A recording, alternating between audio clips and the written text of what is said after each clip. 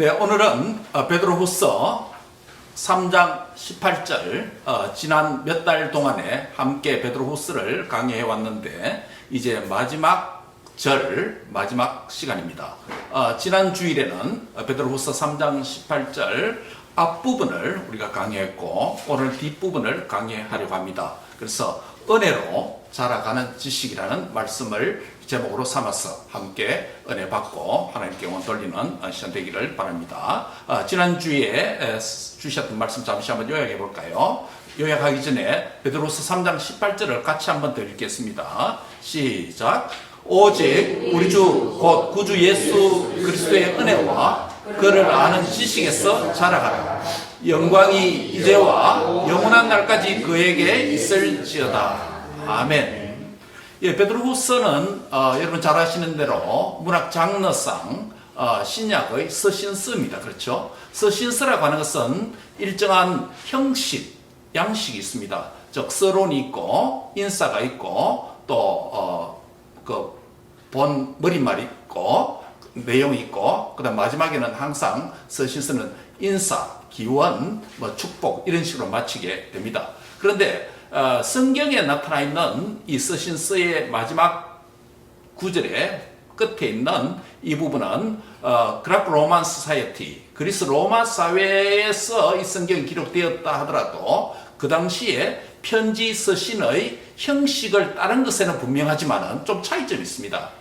그것은 단순한 세속적인 편지의 끝에 있는 인사와 기원이라고 하는 것은 상대에 대한 존경과 또 사랑의 마음을 담아서 그들의 가정과 개인과 하는 일이 잘 되기를 바랍니다 라는 이런 소망을 담아서 그렇게 표현하는 것이라고 할 수 있겠습니다. 그러나 성경에 나타나는 서신서의 마지막에 나타나 있는 이 기원문 또는 축복 내용은 좀 다릅니다. 왜냐하면 성경 저자가 성령의 영감을 받아서 이 서신을 받는 수신자 공동체에게 바로 삼위 하나님의 은혜와 복이 임하기를 바라는 그런 마음으로 기록하고 또 서신을 썼기 때문에 단순히 사람이 좀 잘 되기를 바랍니다, 잘 살기를 바랍니다, 건강하기를 바랍니다 이런 단순한 인간적 세속적 기원과는 확연한 차이가 있다고 할 수 있겠습니다. 그렇기 때문에 이 마지막 기원 역시 하나님의 말씀의 한 부분으로 받아들이는 태도와 자세가 있을 때에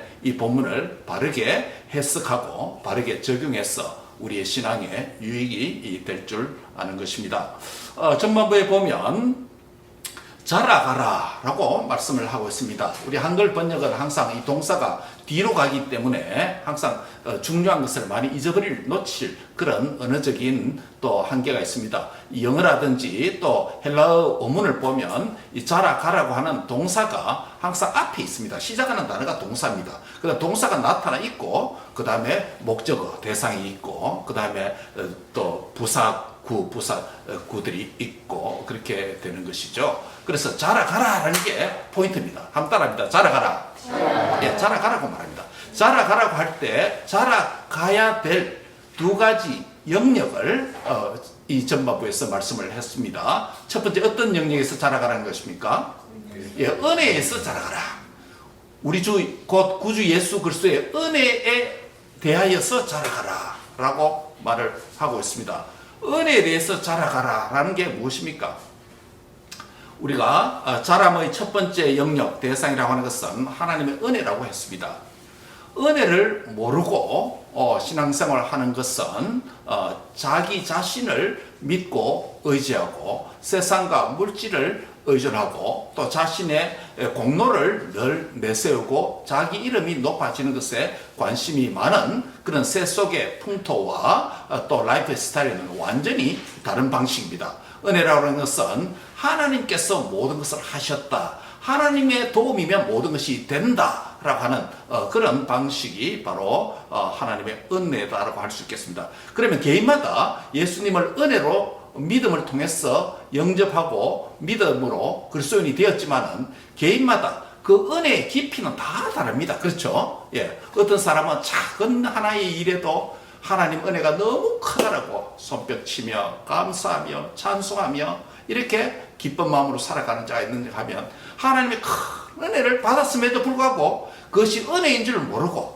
자기 자신이 한 줄 알고 하나님 앞에 은혜에 대한 보답과 감사와 예배를 드리지 않는 그런 삶을 산다면 참 은혜 무시하는, 은혜를 배은망덕하는 삶이라고 할 수 있겠습니다. 그래서 은혜에 대해서 자라가야 때 하나님을 제대로 섬기는 자다라고 할 수 있겠습니다. 특별히 우리는 대표적으로 구약 선지자 가운데 에스겔이라고 하는 포로기의 선지자가 에스겔 37장과 47장에서 나타나는 두 가지 환상을 통해서 자라가는 것, 은혜의 세계에서 자라가는 과정에 대해서 밝히 보여주는 두 가지 환상이 있었습니다. 하나는 뭐였죠? 37장에 보면 마른 뼈들에 대한 환상이 있었습니다. 마른 뼈라고 하는 것은 당시에 이스라엘 백성들이 포로로 잡혀가서 범죄해서 죽은 그 상태를 하나님께서 환상과 상징을 통해서 보여주셨는데, 그런데 에스겔이 하나님의 명령을 받들어서 명령하니까 에스겔 골짜기에 있는 그 마른 뼈들이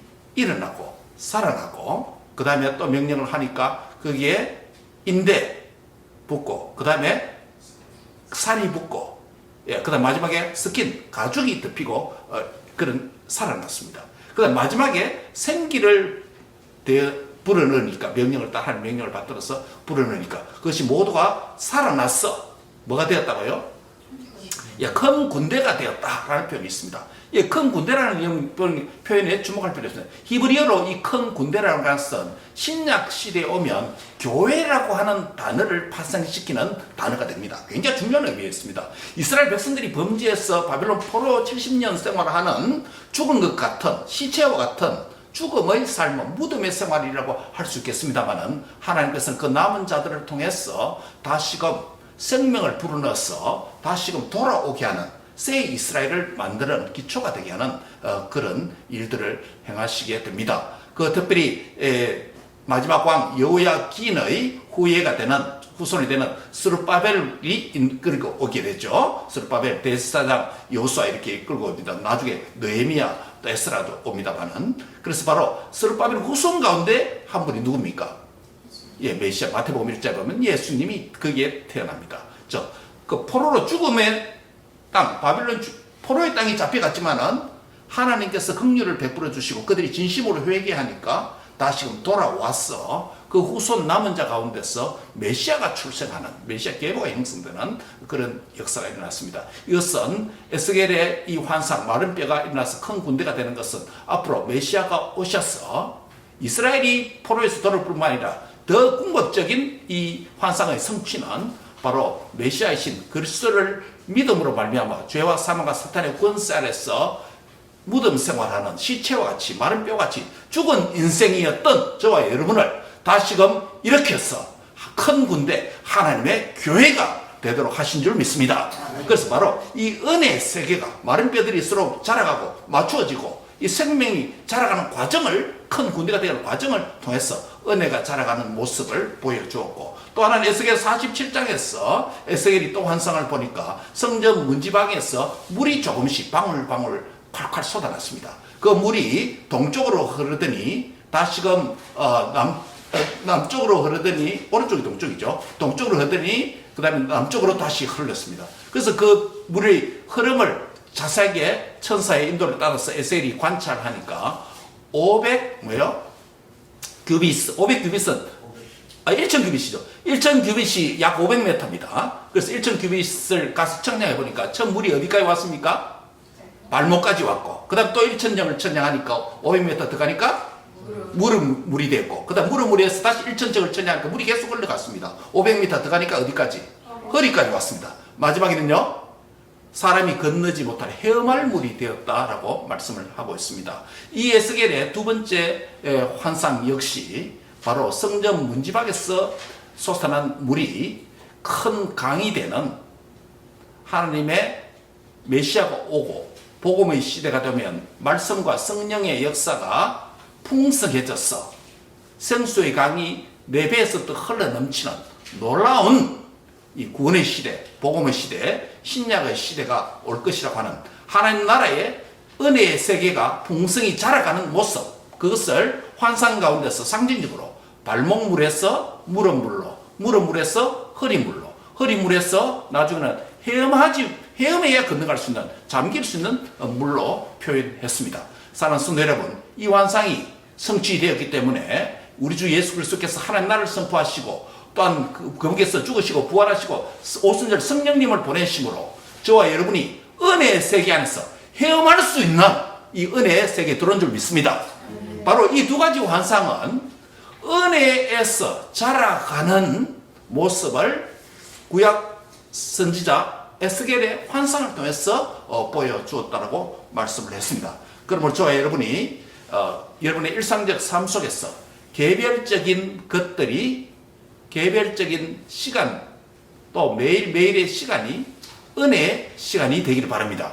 또 그것이 모여서 하루가 되고 한 주가 되고 또 반년이 되고 1년이 되고, 그래서 한 해에 하나님의 축복의 은혜가 여러분에게 관을 씌우심으로 나의 길이 아니라 이제는 나의 길이 곧 주의 길이 되어서 주의 길에 기름방울이 가득히 떨어지는 축복이 함께 하시기 바랍니다.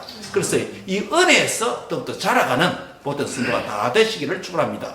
두 번째는 무엇이라고 말했습니까? 지식에서 자라가라고 했습니다. 특별히 지식의 대상이 무엇입니까? 특별히 우리는 몇 가지를 생각했습니다. 특별히 가장 중요한 지식은 우리가 믿고 있는 삼위 하나님에 대해서 바른 지식을 가져야 된다. 특별히 하나님의 이 성품과 그분의 하신 일에 대해서 바로 알게 될 때 우리가 하나님을 아는 지식이 되어야 된다. 세상적 지식은 좀 교만하게 만들 수는 있지만 또 약간의 정보의 유익은 줄 수는 있지만, 그러나 삼위 하나님 자신에 대한 그분의 성품과 그분의 사역에 대해서 알게 된다면 그 알면 곧 믿음이고, 그 또 믿음은 우리를 또 하나님의 사람답게 살 수 있도록 만들어 가게 되는 것입니다. 특별히 우리가 또 삼위 하나님에 대해서 알 뿐만 아니라 자신에 대해서 내가 무지한 인생이다, 무익한 죄인이다라는 걸 알 뿐만 아니라 또는 구속받은, 용서받은, 회복된 의인이다 라는 것도 알 때에 건강 자아관이 형성되어서 늘 기죽어 사는 것이 아니라 또 감사와 기쁨으로 오늘 우리가 찬송 불렀던 것처럼 황금적 우리는 천국 생활을, 천국 가사는 것이 아니라 이 땅에서부터 환난과 역경과 시련과 역경과 고난이 많지만은 하나님께서 기쁨의 천국 생활을 이 땅에서도 누리는 은혜가 있기를 바랍니다. 예, 그것이 바로 이 지식이 자라가야 그런 신앙생활을 할 수 있다는 것입니다. 이 정도로 요약하고 오늘은 이제 이어지는 말씀, 오늘 마지막 절 하반절에 보면 영광이 이제와 영원한 날까지 그에게 있을지어다 라는 말씀으로 본 서신이 끝을 맺고 있는데, 이 말씀이 어떤 의미를 가지고 있고 이 말씀이 오늘 우리에게 어떤 방식으로 적용되고 우리가 신앙의 유익을 받을 건지 함께 상고하고자 합니다. 먼저 영광이라고 하는 단어가 여기서 등장합니다. 여러분, 영광이 무엇입니까? 영광은 한글말로 영광이라고 번역되어 있습니다만 영광은 두 가지 측면에서 생각할 수 있습니다. 첫 번째 영광이라는 단어는 여러분께서 영어로 말하면 우리 교회 이름처럼 뭡니까? 예, 글로리아, 글로리. 라틴어는 글로리아. 예, 영어로는 글로리죠. 이 영광을 생각할 수 있습니다. 이 영광은 세상에 뭐 조그만 영광도 있습니다. 세상에 예를 들면 여러분께서 우리 자녀들이 열심히 공부해서 마지막에 디플로마를 받을 때 졸업장을 보면 그 졸업장 그 표현한 그 보면 이 학생은 무엇을 이렇게 수료했기 때문에 뭐 이 학교에 이 학문의 영역에서 명예와 뭐 영광과 뭐 좋은 단어는 다 갖다 붙입니다. 예, 그게 뭐 어디서 오냐면 이 그라크 로만스 사이에서 명예를 중시 여기는 그 사회의 전통이 뭡니까 서양 문화의 한 패턴이 되어서 그것이 오늘날 무엇을 성취하고 이루어지면 거기에 명예, 영광, 안을 뭐 이런 단어를 많이 사용해서 표현합니다. 바로 영광이라는 이 지상에 사람이 갖는 영광도 있습니다. 어떤 일을 여러분께서 비즈니스나 또 직업 여러 가지 하는 일들을 통해서 큰 것을 이루고 성취했을 때 갖는 다른 사람이 칭송해주고 또 매스캠이 또 이름을 올려 칭찬해주고 이렇게 할 때 우리가 그걸 영광이라고 말을 할 수 있습니다. 그래서 이건 세속적인 영광, 세상적인 영광, 부, 명예 뭐 이런 것들이라고 할 수 있습니다. 그러나 이런 모든 영광의 원판, 오리지널은 뭡니까? 하나님이에요. 왜냐하면 이 하나님께서 영광의 보좌에 앉아 계십니다. 하나님 자신이 영광입니다.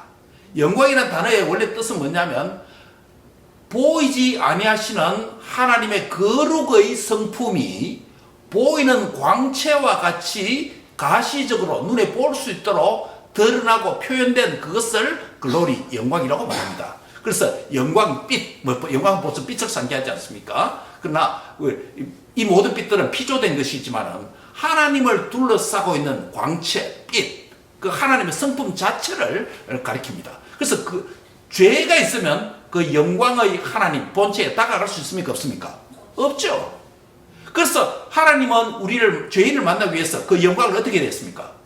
버리시고 사람의 몸을 입고 이 땅에 오신 것 아닙니까? 그게 대속 그 메시아의 사랑 아닙니까? 바로 그래 이 영광 첫 번째 글로리라고 하는 영광은 하나님의 성품, 하나님 자신을 가리키는 표현입니다. 그래서 우리가 하나님을 믿으면 이 영광에 참여하게 되는 것이죠. 바로 하나님의 형상으로 지음받은 인간이 하나님의 영광을 반사하고 반영하고 있지 않습니까? 그러나 범죄했기 때문에 이 영광을 완전히 상실했기 때문에 이 영광에 이럴 수도 없는, 갈 수도 없는 자가 되지 않습니까? 그래서 누가 오십니까? 예, 내가 곧 길이요 진리요 생명이니 나로 말미암지 않고는 아버지께로 올 수 없느니라. 아버지께로 올 수 없다는 것은 아버지의 영원한 생명, 아버지의 그 영광스러움 앞에 죄인의 모습으로 다가갈 수 없다는 것 아니겠습니까? 그러나 예수님이 영광의 하나님께 이르는 유일한 길이 되시기 때문에 그 영광을 의지해서 우리가 가게 됩니다. 그래 우리도 그 빛을 받아서 영광스러운 존재가 되는 것입니다. 그래서 우리가 뭡니까? 영광을 회복하여 라고 하는 이 앞부분이 바로 그 부분입니다. 하나님의 은혜로 저와 여러분이 죄로 인해서 잃어버렸던 하나님의 형상의 영광을, 그리스도의 형상의 영광을 회복하신 줄 믿습니다. 이 영광을 회복했다는 것이에요. 그래서 이 영광의 첫 번째 글로리라고 하는 표현은 하나님 자신의 성품을 가리키는 표현이에요. 그 다음에 두 번째 영광이라고 하는 표현은 독사, 헬라 독사에서 나왔는데요. 독사의 자식들을 할 때 뭐 그 말이 아니고요. 독사라고 하는 것은 영광이라는 뜻입니다. 글로리가 아니고 이때는 독설러지. 이러면 독설러지가 뭐예요? 하나님을 송축, 찬송할 때 독설러지, 영광을 돌린다. 우리 한국말로 하면 보통 동사를 붙여서 영광을 돌린다라는 이 표현을 씁니다. 영광을 돌린다는 말은 하나님의 성품으로서 영광 그 의미가 아니고 하나님의 은혜로 영광을 회복한 성도가 이 땅에서 먹든지 마시든지 무엇을 하든지 다 뭐요? 하나님께 영광 돌리는 삶을 살 때에 그게 독설러지, 찬양의 삶이죠. 그게 두 번째 말하는 영광이라는 단어입니다. 독사라고 하는 단어입니다. 자, 제가 지금 많은 이야기를 했습니다만 두 가지를 설명하기 위한 것입니다. 오늘 베드로 후서 3장 18절 하반절에 가장 중요한 키워드는 영광이라고 하는 단어입니다. 영광을 설명할 때 두 가지 단어를 설명했습니다. 하나는 하나님의 성품으로서 글로리라고 하는 이 성품을 말씀드렸고 이것은 하나님만 가지고 있습니다. 오리지널은. 그 다음에 예수를 믿으면 이 영광에 우리가 참여하게 됐죠. 두 번째 영광은 뭡니까? 예, 하나님 은혜로 예수님을 믿어서 영광을 회복한 자가 삶을 통해서 하나님 앞에 뭘 돌린다? 영광을 돌리는 예배적 삶을 산다라고 할 때 그것을 우리 교회의 두 번째 표현입니다. 영광을 돌린다라고 하는 조표현이에요. 그래서 영광을 돌린다. 오늘 본문에 나타낸 것은 어떤 걸까요? 그러면 3장 18절 하반절에 나타낸 영광은 어떤 표현일까요? 글로리입니까? 독사입니까?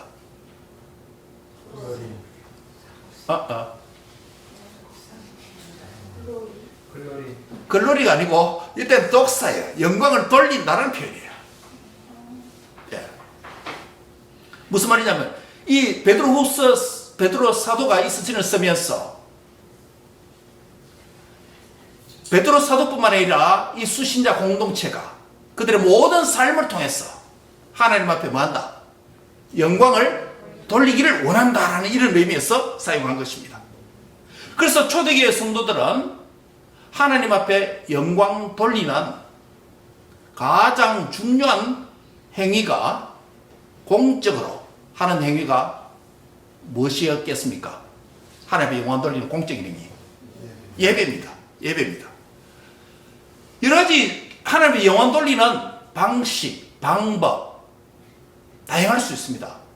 그런데 교회가 공동체적으로, 공적으로 하나님 앞에 영광을 돌리는 것, 영광의 하나님께 영광을 돌리는 공적인 행위는 뭐라고요? 예배입니다. 예배를 표현하는 오늘날 현대교회는 예배를 표현하는 두 가지 용어가 있습니다. 대표적인, 많이 있지만 대표적인 두 가지. 하나는 뭡니까? 예배와 비슷한 단어가 경배, 경배를 표현했죠. 또 하나는요, 우리가 노래하는 찬양. 예배의 가장 핵심이 되는 두 현대 교회 안에서 사용하는 용어를 말하려면 하나는 뭐라고요? 경배라는 용어고 또 하나는요, 찬양이라는 단어입니다. 그래서 오늘 뭐 찬양과 경배, 경배와 찬양 이런 표현을 쓰기도 합니다. 자, 그렇다면 경배라는 뜻이 무엇일까요? 경배라는 뜻이 뭔가? 경배라는 뜻은 무슨 말이냐면, 먼저 찬양부터 할까요? 찬양의 뜻은 뭐냐면, 찬양의 성경, 구약과 신약 성경에서 찬양을 가리키는 핵심 단어가 뭐예요? 할렐루야, 보통 이런 표현을 쓰잖아요. 그렇죠? 찬양의 가장 주 여호와를 찬양하라, 하나님을 찬양하라 할 때 할렐루야 표현을 씁니다. 할렐루야는 표현이 뭐냐면, 할렐루야라는 것은 여호와의 축약힘입니다. 그래, 여호와 하나님을 가리킵니다. 그러면 할렐루라고 해서 2인칭 복수 명령형이에요. 너희는 찬양하라. 누구를? 여호와를. 그래서 할렐루야라는 표현이 그 표현입니다. 그 동사 원형이 뭐냐면 할랄이라고 하는 동사입니다. 할랄이라고 하는, 할렐루야를 발생시킨 동사 원형이 할랄인데, 할랄이 뜻이 무슨 말이냐면, 의미가 무엇이냐면 자랑하다. 주책 없이 굴면서까지 자랑하다. 굉장히 크게 자랑하는 거예요. 이거 조금 입 벌려서 조금 소곤소곤 자랑하는 게 아니에요. 이 행위는요. 굉장히 주책 없이 굴면서까지 좀 과하다 싶을 정도로 어떤 일을 자랑하는 거예요. 그 자랑의 대상이 누구라고요? 여호와 하나님이라는 거예요. 하나님을 자랑하는데 그냥 하나님 어떻더라? 하나님 네 교회 다니는데 하나님 어떻냐? 뭐 소소 이런 표현이 아니에요. 하나님이 엄청난 분이다. 나를 사망에서 생명으로 옮겨주신 분이다. 하나님을 모를 때는 이 세상이 끝인 줄 알고, 이 세상의 물질과 이 세상의 하는 일과 이 세상의 자녀들 교육에 내가 몰두하고 그것이 전부 줄 알았는데, 하나님 믿고 교회 가고 바른 신앙을 갖고 하나님을 인격적으로 만나다 보니 이게 전부가 아니다. 전에는 이 모든 것들이 나의 인생의 목적과 고울인 줄 알았는데, 이제는 하나님을 만나고 나니 이 모든 소중하게 생각했던 것은 목적이 아니라 영광이 되시는 하나님을 위해서 영광 돌리는 뭐에 불과하다? 수단에 불과하다. 이것을 깨닫게 되는 것이에요. 할랄이라고 하는 자랑하다는 게 바로 그거예요. 높이 과하다 싶을 정도로 칭찬하고 자랑하는 행위를 할랄, 찬양이라고 하는 단어가 의미를 갖고 있습니다. 경배라는 단어는 무슨 뜻일까요? 경배라는 단어가 히브리어에서는 하와라는 단어를 쓰고 헬라어에서는 프로스큐네오라는 단어를 씁니다. 이 표현은 뭐냐면 한마디로 말하면 엎드려서 절하다는 뜻이에요. 우리 한국 경배할 때 배자가 절배자잖아요. 그렇죠? 공기에서 절한다는 뜻입니다. 경배라는, 그럼 찬양과 경배는 무슨 차이 있습니까? 찬양은 뭐라고요? 자랑하는 거예요. 누구를? 하나님을 자랑한다. 즉 하나님을 높이는 행위가 뭐라고요? 그게 찬양이고, 경배는 뭐라고요? 우리가 낮춤을 통해서, 우리가 낮아짐을 통해서, 절함으로 통해서 누구를 높인다? 결국은 하나님을 높이는 행위예요. 둘 다 하나님을 예배하는 행위인데, 찬양은 하나님을 높임으로 예배하고, 경배는요, 교만한 내 자신을 하나님 앞에 무릎 꿇고 내 자신을 낮춤으로 그분이 높아지는 거예요. 이게 경배라는 뜻이에요. 자, 그러면 초대교회 성도들이 하나님을 경배했던 몇 가지 예를 들어보려고 합니다. 마태복음 28장 9절에 보면 예수께서 그들을 만나 이르시되 평안하냐 하시거늘 여자들이 나와 그 발을 붙잡고 경배하니 라는 표현을 씁니다. 부활하신 주님 나타났어. 여자들에게 나타났어. 그 여인들이 예수님의 발을 붙잡고 예수님 잘 계셨으니까 이게 아니고 발을 붙잡고 뭐 했다? 경배하니라는 표현을 씁니다. 이 말은 예수님의 발을 붙잡고 자신을 낮추었어. 그분을 높였다, 예배했다는 것이죠.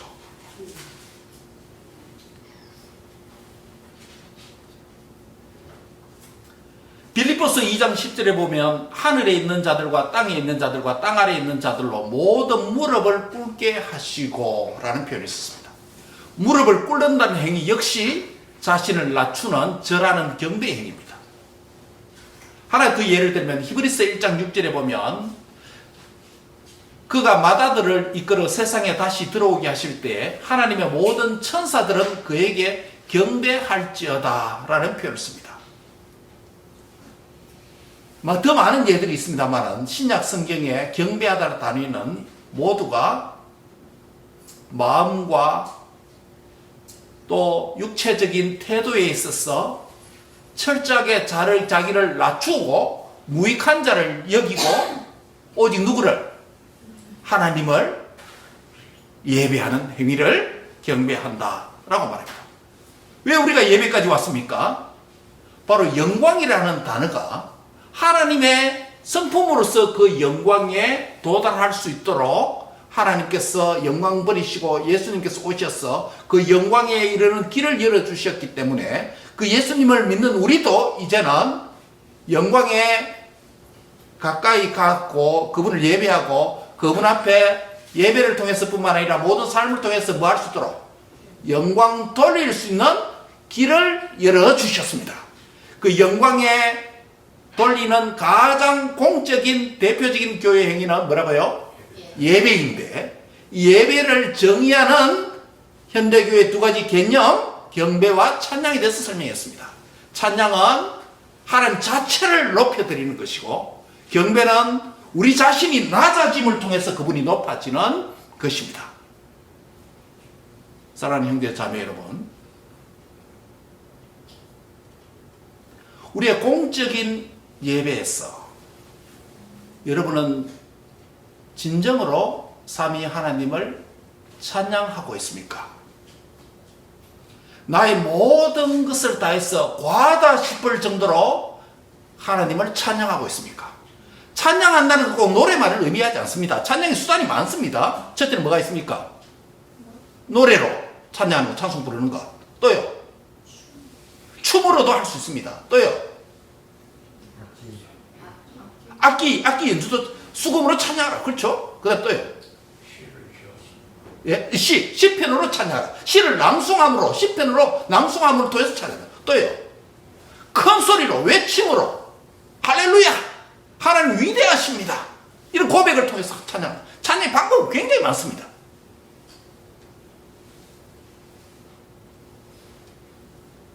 하나님의 은혜로 하나님의 성품, 하나님의 영광의 형상의 성품인 영광을 회복한 성도 여러분,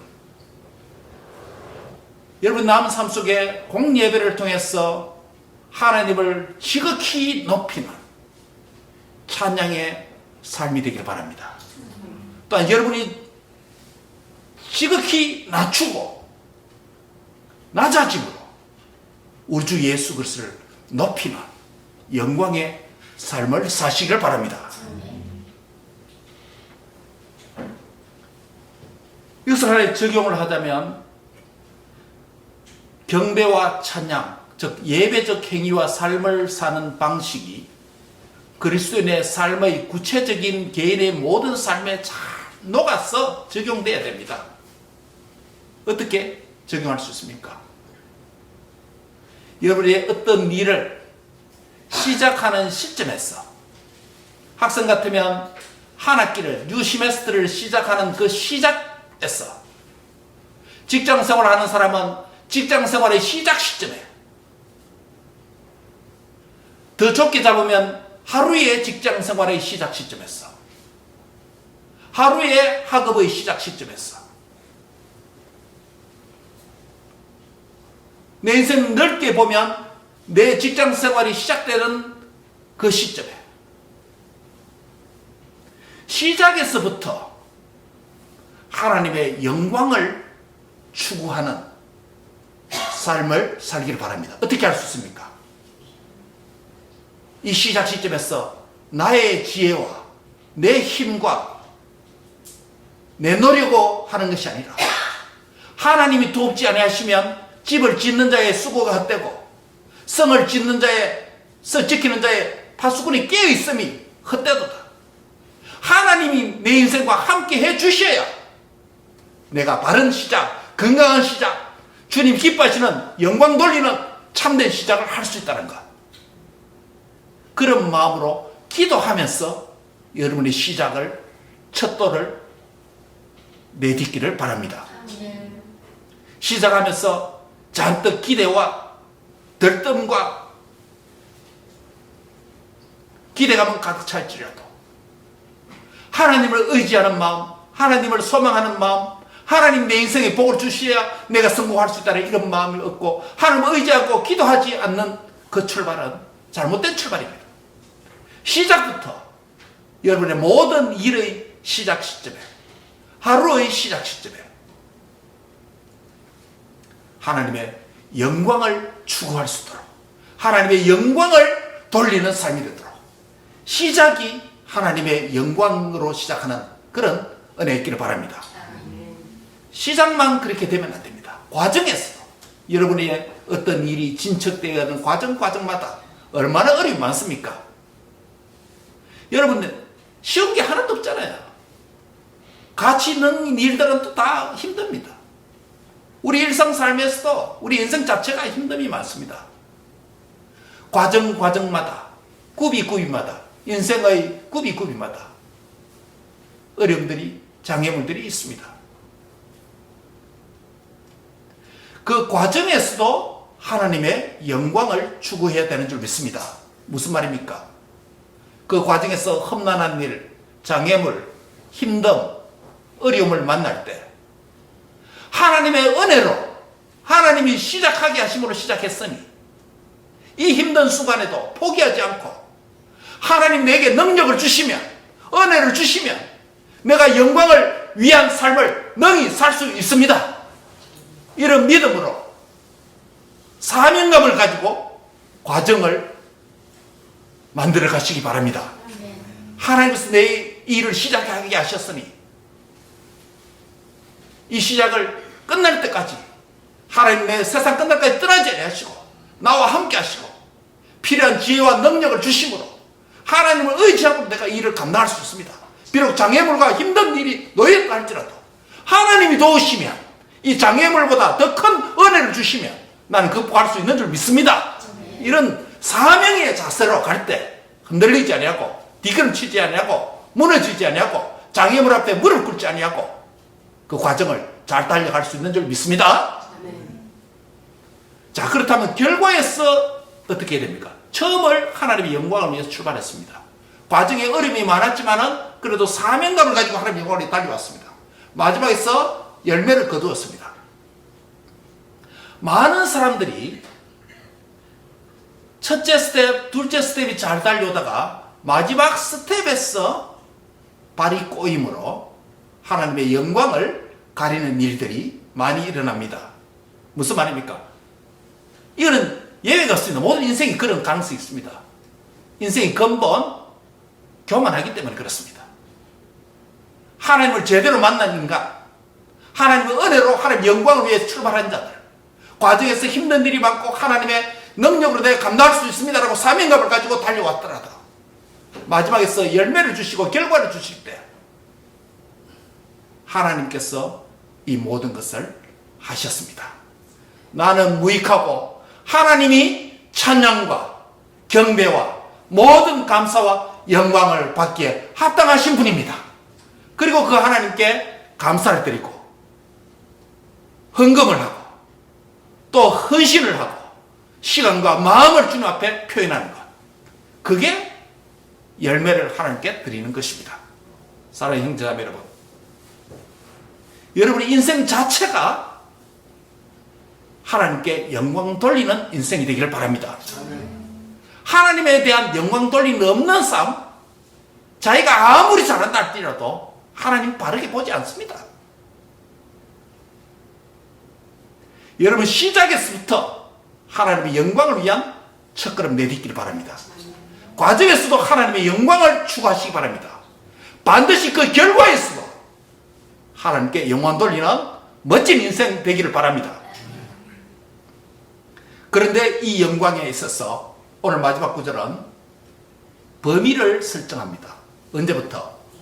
이제와 그 다음에 영원까지 있을지어다 라고 종결하고 있습니다. 무슨 말입니까? 하나님이라고 하는 존재는 그분의 존재의 범위는 과거로 영원전입니다. 그렇죠? 뒤로 봐도 영원전부터 계셨습니다. 미래로 봐도 어디까지 있습니까? 영원까지예요. 하나님의 존재 자체가 과거로 영원전이고 미래로 영원 후까지 있습니다. 최초의 인간 누구예요? 아담과 하와는 딱 태어나 보니까 뭐가 계셨어요? 하나님이 계셨습니다. 아담이 만들어지지 않을 때 하나님 어디 계셨습니까? 아담 모릅니다. 최초 인간도 몰라요. 모든 피조물보다 먼저 계셨던 분이 있다는 것이죠. 그 하나님 언제부터 계셨다고요? 예, 과거로 영원전. 우리 모릅니다. 얼마나 긴지 그 세월이. 100년 전도 사는 인간이 영원을 어떻게 알겠습니까?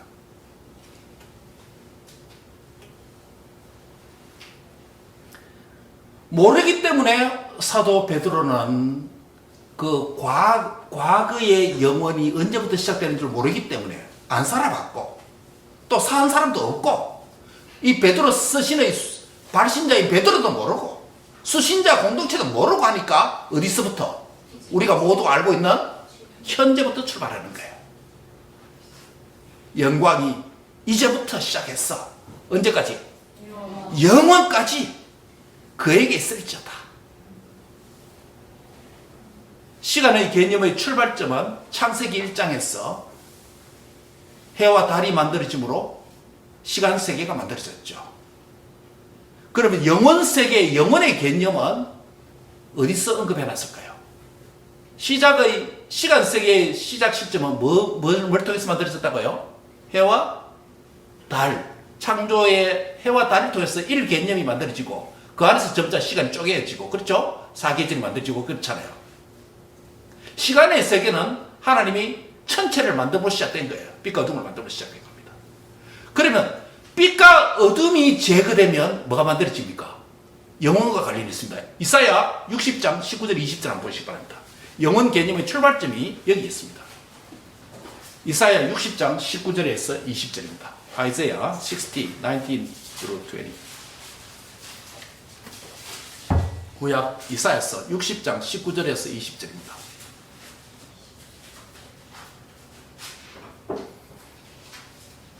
다 찾습니까? 같이 읽습니다.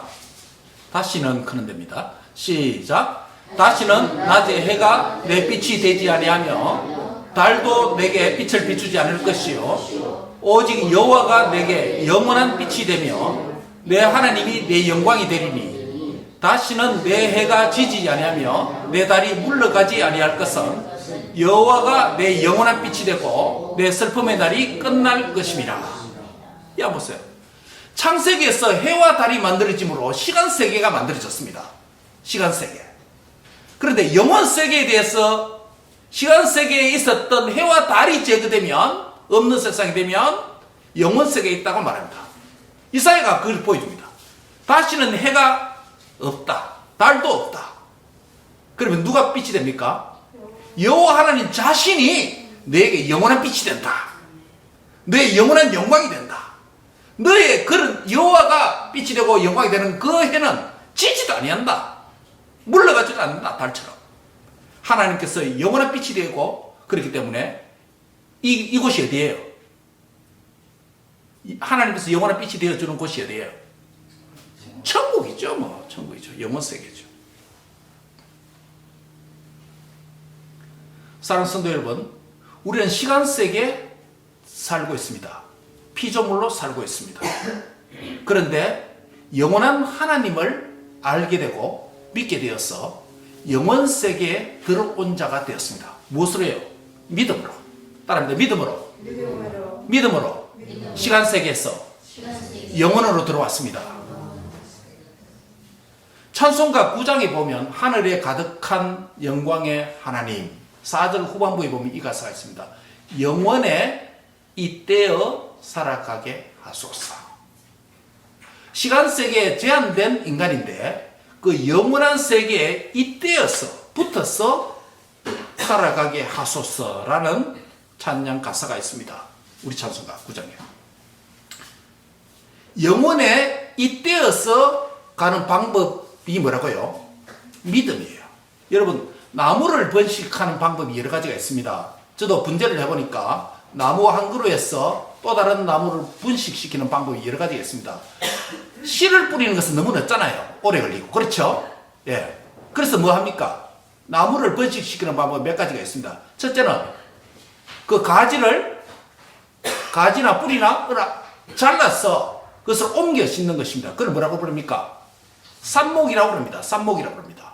그런데 삽목은 같은 나무에서 잘라서 심었던 그 삽목이라고 합니다. 그럼 나무가 번식됐죠. 한 그루 두 그루 됩니다. 저도 애플 추리를 하나 심었는데 그래서 잎이 나길래 잘라서 심었더니 지금 또 나오고 있습니다. 그게 삽목이라고 그래요. 근데 삽목도 있는 것처럼 또 다른 방법은 뭐예요? 접목이 있습니다. 접목은 뭐냐면 서로 다른 나무인데 다른 나무의 가지를 잘라서 또 다른 나무에 껍질을 벗기고 붙여서 테이핑을 해서 빛이 안 들어가도록 테이핑하고 그래서 영양분이 거기 와서 그 나무가 살아가도록 그 접목합니다. 장미를 키울 때도 접목하고 많은 과일나무를 심을 때도 접목을 해서 합니다. 단감나무를 키울 때도 다른 나무인데 단감나무 줄기를 잘라와서 붙여서 접목을 합니다. 그 접목, 영어로 말하면 그래프팅이라고 그러죠. 예, 접목을 합니다. 그래프팅이 뭐냐면, 접목이 뭐냐면, 영원이라고 하는 나무에, 영원이라는 세계의 나무에 시간 세계 한계가 있는, 죽음이 있는 인간이 영원 세계에 딱 잇대는 것, 접목하는 것을 영원에 잇대어 살게 하소서는 그 의미예요. 자, 그러면 우리가 죄와 사망과 사단의 권세로 죽었던 자인데 시간 세계에 한계가 있는 인생이었는데 영원한 하나님, 영원히 살 수 있는 영원한 하나님의 영광에 잇대어서 붙어서 살 수 있는 그 길이 뭐라고요? 무엇을 통해서? 믿음이에요. 믿음이 영원 세계에 잇대는 방법이에요.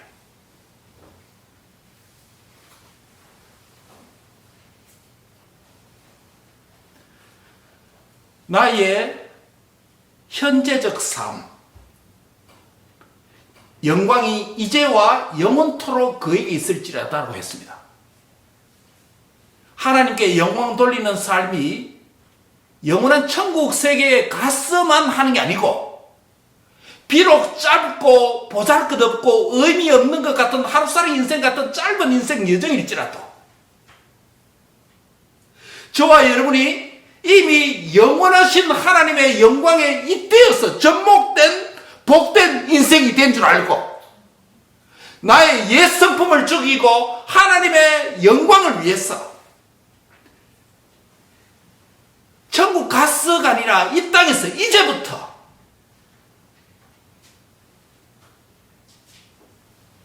하나님을 믿는 예배적 삶을 통해서 그분께 순종하는 삶을 통해서 우리에게 주신 사명의 삶을 통해서 이 땅에서도 지금부터 하나님께 영광 돌리는 인생 되기를 바랍니다. 내가 좀 믿음이 자라면, 내가 결혼하면, 내가 어른이 되면, 내가 이제 은퇴하고 시간 좀 많으면 그런 기회가 올 줄도 모릅니다. 안 올 줄도 몰라요. 언제부터요? 지금. 바로 지금입니다. From now. 이제부터. 바로 이 시간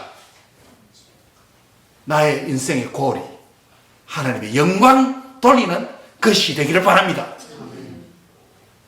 그런 하루하루가 모여서 뭐가 된다고요? 영혼을 이루어 가는 것입니다. 이 땅에서 하나님의 영광을 위하는 순간순간이 모여서 영혼에 잇대어서 계속 그렇게 가는 것입니다.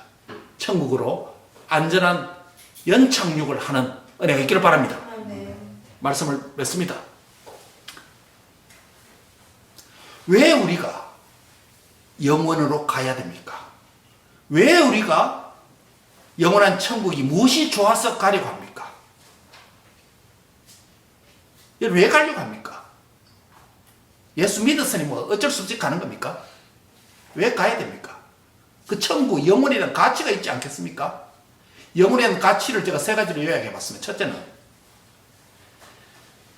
영원한 천국은 염려와 걱정이 없는 완벽한 평화가 있는 곳이기 때문입니다. 여러분, 이 땅에 근심, 걱정이 얼마나 많습니까? 여러분, 이런 통계를 봤죠? 미국 대학 심리학팀이 조사 결과를 보면 그 통계가 사람들의 걱정거리 중에 40%가 실제로 일어나지 않는 일에 대해서 걱정한다는 거예요. 공연한 걱정을 한다는 겁니다. 그만큼. 그 다음에 걱정거리의 30%는 이미 과거에 있었던 일에 대한 것이라는 거예요. 쓸데없는 걱정거리라는 거죠. 10%는 병에 관한 걱정거리를 한답니다. 그 중에는 실제 걸리지 않을 병에 관한 것도 많답니다.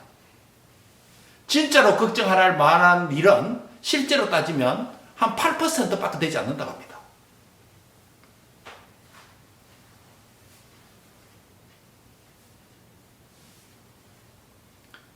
우리 걱정이 얼마나 많습니까?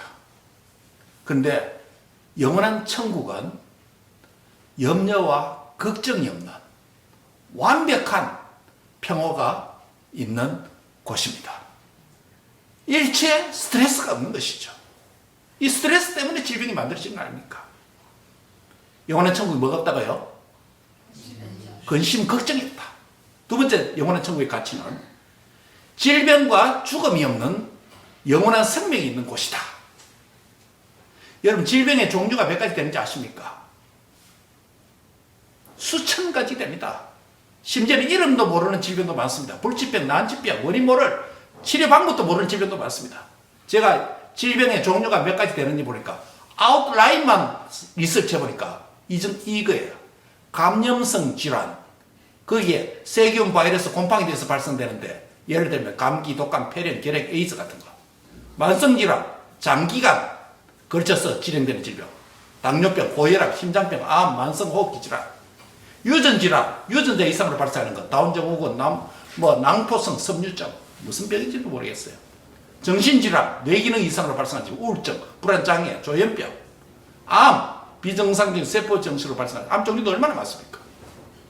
제가 가르쳤던 신학교에 백인 미국 교수님, 동료 교수님이 지난주에 어머니가 돌아가시고 장례 마치다고 제 페이스북에 옮겨놓고 봤습니다.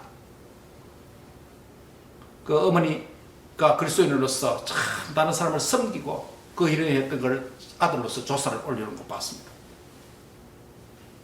폐암으로 걸렸대요.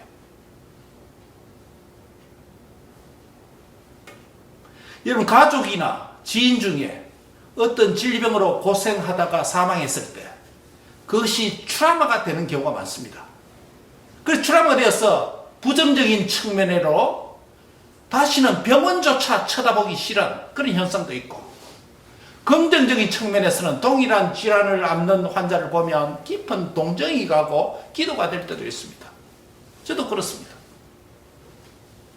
또 다른 긍정 측면들은 자녀들이 의대에 가서 그 부모와 가족, 사랑하는 부모가 그 병으로 고생하다 돌아가시는 그 병을 연구하는 전문의가 되겠다는 경우도 들어 있습니다. 왜요? 이 질병, 죽음이 사랑하는 지인에 의해서 발견했을 때, 고생했을 때 그것이 긍정적으로, 부정적으로 트라우마가 되어서 어떻게 극복하는 방식이 그렇게 나타납니다. 특히 자기 자신이 어떤 질병으로 고생을 했다면 지긋지긋한 기억으로 남아있을 수도 있습니다. 저도 요로 결석증이 한번 해서 그 고통, 통증, 정말 숨도 쉬지 못하는 그 통증을 알은 적이 있습니다. 그래서 화장실 가서 소변 볼 때마다 그럽니다. 내 몸에 안에 있는 것, 약한 것, 질병, 모든 요소가 내 몸에서 송두리째 빠져나가고, 그런 기도가 그냥 절로랍니다. 왜? 그 고통이 너무 추라면 고통스러웠어. 소변 볼 때마다 그 기도가 나와요. 영원한 천국은 뭐가 없다고요? 질병과 죽음이 없는 영원한 생명이 있는 곳이다 라는 것이에요. 마지막은 사랑과 섬김만 있는 친밀한 교제가 있는 곳이 영원한 천국이에요.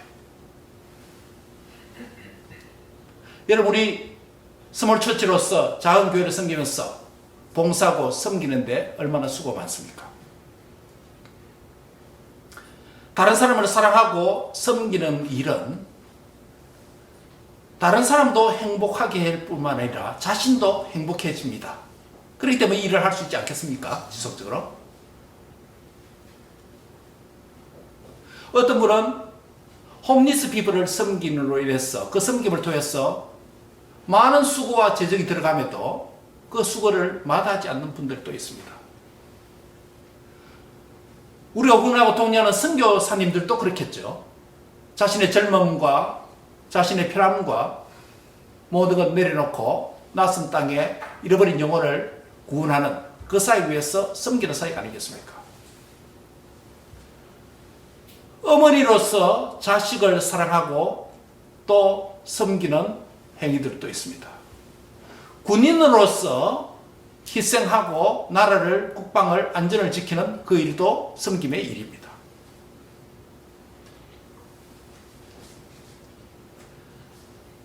미국에서 자녀들이 대학 가려면 GPA나 또 SAT 점수만 높아서 가는 것도 아닙니다. 평소 때 다른 사람을 섬겼던 액티비티 활동들, 그게 에세이 안에 들어가지 않습니까? 성경에서 선한 사마리아의 예화도 보면 다른 사람을, 상처 입은 사람, 강도 만난 이웃을 사랑하고 섬기는 일입니다. 그런데 여러 종류의 섬김과 사랑이 있습니다. 이 섬김과 사랑의 행위는 다른 사람을 행복하게 할 뿐만 아니라 자신도 그 일을 함으로 기뻐지고 행복해집니다. 그런데 지상에서 많은 사랑과 섬김의 고상한 가치이기는 하지만은 그것이 많은 경우 순수한 사랑과 순수한 섬김의 정신이 없이 행하는 것도 있습니다. 즉 이기적 목적으로 사랑과 섬김을 하는 경우도 있습니다. 대표적인 예가 뭐 다 그런 건 아니지만은 우리 학생들이 좋은 대학에 가기 위해서 경력을 만들고 하는 거, 그 나쁜 사람들이 있잖아요. 그렇죠?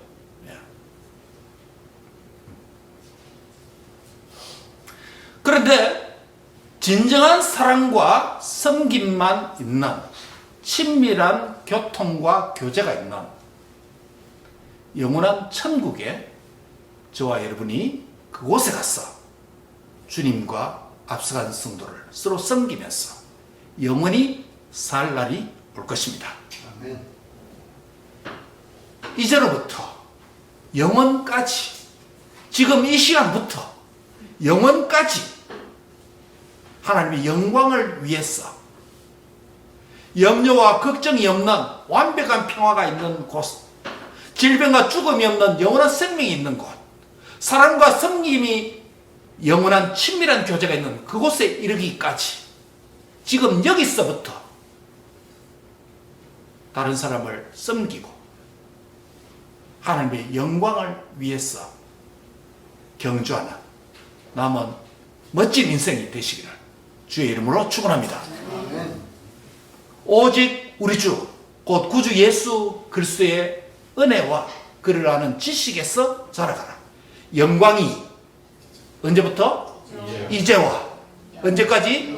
영원한 날까지 그에게 있을지어다. 아멘. 이것이 우리 삶의 동기와 남은 삶의 목표가 되기를 축원합니다. 아멘. 기도하겠습니다. 하나님 감사합니다. 오늘 우리에게 영광이 이제와 영원한 날까지 우리 주님께 있기를 기원하는 베드로후서 마지막 구절을 통해서 우리의 믿음의 삶의 목적과 여정이, 우리 인생의 방향이 하나님의 영광을 돌리는 것으로 설정되고 리부팅되고 거기에 맞추어 살아가는 인생 되도록 축복해 주옵소서. 예수님의 이름으로 기도합니다. 아멘.